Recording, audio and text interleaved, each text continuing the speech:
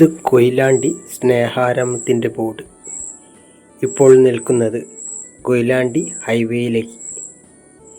കുറച്ച് കഴിഞ്ഞാൽ ഇതിൻ്റെ രൂപവും ഭാവവും കാറ്റിനനുസരിച്ച് മാറിയേക്കാം. ഇതിൻ്റെ ഇപ്പോഴത്തെ ദിശ കണ്ടില്ലേ?